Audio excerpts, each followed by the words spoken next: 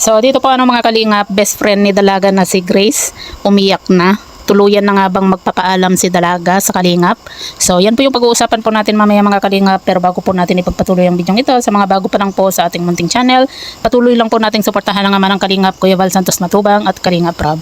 At paunawa panoorin po muna ang full video bago mag-comment para malaman ang nilalaman nito. So dito nga po mga kalingap, meron nga pong comment po itong si Dalaga sa isang post nga po sabi po kasi dito, huwag na huwag kang aalis sa kalingap, uulan ang bashers, maniwala ka. So dito po napa-comment po itong si Viancy nga po dito sa post na ito at ang sabi nga po niya, handa ko na pong tatanggapin. So yan po yung comment po niya dito sa wag na wag kang aalis sa kalingap kumaga dito parang handa na talaga itong si Viancy kung sakasakali man po na kumaga dito kasi sinasabi po nila na kapag umalis itong si Viancy ay uulan po ng bashing sa kanya or at maging sa pamilya po niya kaya nasabi po ni Viancy nga po na handa na siya sa mga anuman na pangbabash po sa kanya nga po.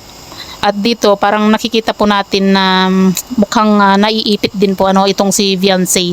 Kumbaga sa atin, sa nakikita po natin, sa napapansin po natin, gusto ni Viancy sa kalingap, pero syempre sa nakikita po kasi natin sa atin lang to sa nakikita po natin at napapansin po kasi natin, parang nakapag-decide na rin po yata yung magulang po ni Viancy na dun nga po sila sa kabila, 'di ba? Kaya siyempre, kung saan yung magulang ni Viancy, siyempre doon siya, 'di ba? Siyempre susundin niya yung magulang po niya kahit siguro ayaw po niya na umalis po sa kalingap.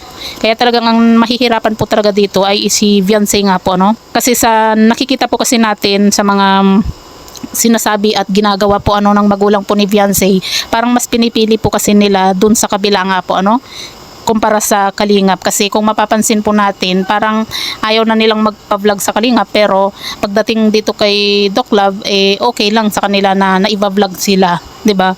Yun kasi yung napapansin po natin Pero si Viancy gusto rin po niya manatili rin sa kalingap kasi syempre kumbaga sa 2 years ba naman niya sa kalingap, 'di ba? Syempre kahit papaano napamahal na rin po si Viancy sa mga kaibigan po niya na angels, lalo na dito kay Grace nga po na talagang nakikita naman natin kung gaano po sila ka-close.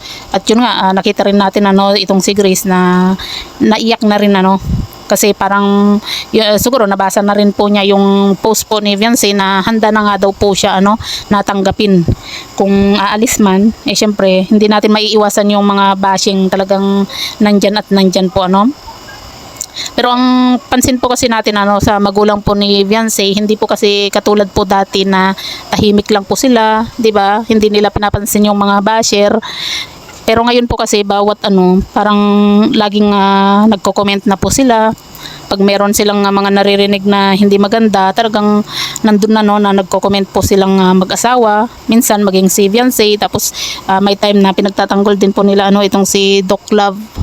Kaya hindi natin masasabi at hindi natin mapiplease yung mga viewers Kasi ang sinasabi po kasi ng iba, kung talagang gusto nila ng tahimik po na buhay, wag na rin po silang magpa-vlog po dito kay Dr. Love. Kung ayaw na po nilang magpa-vlog dito sa kalingap, dapat ganun din po sa side po ng kabila, doon po sa kay Dr. Love nga po dapat wag na rin po silang magpa-vlog para fair at saka para tahimik kasi syempre kapag once umalis ka sa kalingap, ayaw mo nang magpa-vlog, tapos makikita ng mga ibang viewers na nava-vlog ka lagi ng nila Doc Love. Syempre kumbaga hindi natin maiiwasan yung mga viewers na magbibigay ng mga kanya-kanyang komento nga po Pero yun nga po mga kalingap, nakakalungkot lang kasi nangyayari yung ganito dahil po sa dun sa dalawa na nagpagulo, 'di ba? Kumbaga yung pag-alis ni Viancy sa Love Team, okay pa po tahimik pa, 'di ba? Kumbaga marami yung nalungkot, pero yun nga dahil sa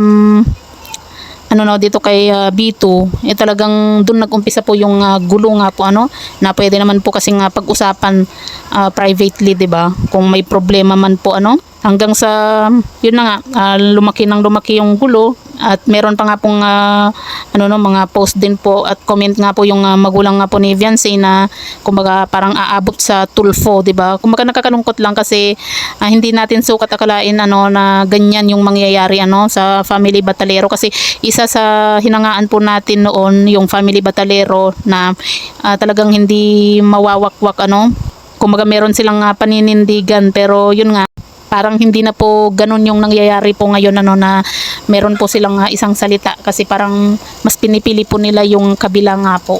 Kumbaga nakakalungkot lang kasi syempre naiipit din po si Viancy po sa mga issue Saka kumbaga ang saya 'di ba ng Kalingap kasama si Viancy.